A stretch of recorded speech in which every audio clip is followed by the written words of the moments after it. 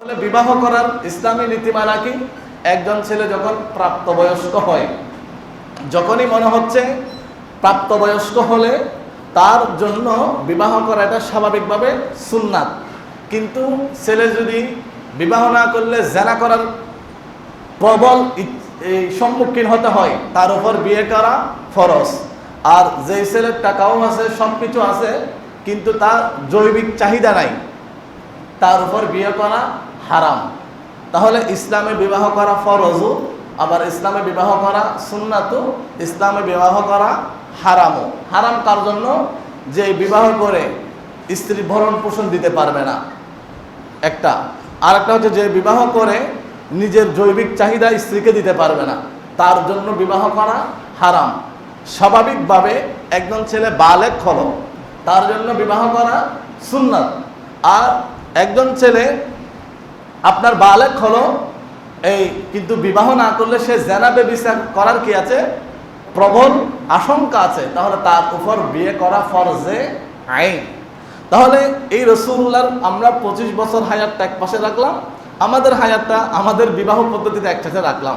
আমরা যদি লা ইলাহা ইল্লাল্লাহ মুহাম্মাদুর রাসূলুল্লাহ, রাসূল পাকের কালেমা পড়ি, আমরা আযানের মধ্যে রাসূল পাকের নাম নিই, নামাজের মধ্যে রাসূল পাককে সালাম দিই, আমরা রাসূল পাকের উম্মত বলি, আমরা বিয়েকে রাসূল পাকের সুন্নত বলি, কিন্তু আমরা গোপনীয়ভাবে সুকৌশলে রাসূল পাকের সুন্নত বলি, ঠিক আছে, কিন্তু রাসূল পাকের সুন্নতের যে নীতি পদ্ধতি, যে মেথড, যে মানাহিজ, সেটাকে আমরা এক পাশে রেখে দিয়েছি। আমরা মেয়েকে বিবাহ দেওয়ার সময় ছেলের উপর 30 লক্ষ টাকা কাবিন চাপিয়ে দিই। এটা ইসলামী সরাসরির মধ্যে কোথাও নাই।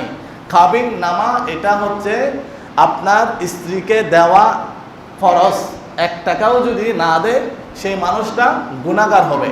এখন আপনি যদি একজন ছেলেকে 30 লক্ষ টাকা চেপে দিয়েছেন, ওই ছেলেটা জীবনে 30 লক্ষ টাকা একসাথে দেখে নেই, এখন 30 লক্ষ টাকা দিতে না পারলে সে বিবাহ করতে পারছে না, সে 200 টাকা দিয়ে দৌলতদিয়া যৌনপল্লী গিয়ে কি করছে, জেনা ব্যভিচার করছে। তার মানে আপনি জেনা ব্যভিচারের দরজা খুলে দিয়েছেন, বিবাহের দরজা বন্ধ করে দিয়েছেন। আপনি রাসূল পাকের যদি সিরাত, রাসূল পাকের সুন্নাহ যদি না মানেন, আপনার সমাজের ক্ষতিটা কিভাবে হচ্ছে?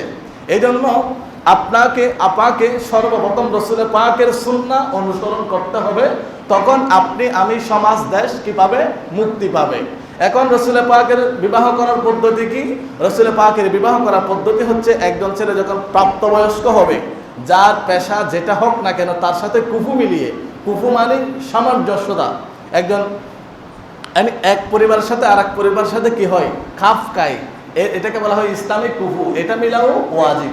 এভাবে করে কি করতে হবে, বিবাহ বন্ধনে আবদ্ধ করতে হবে।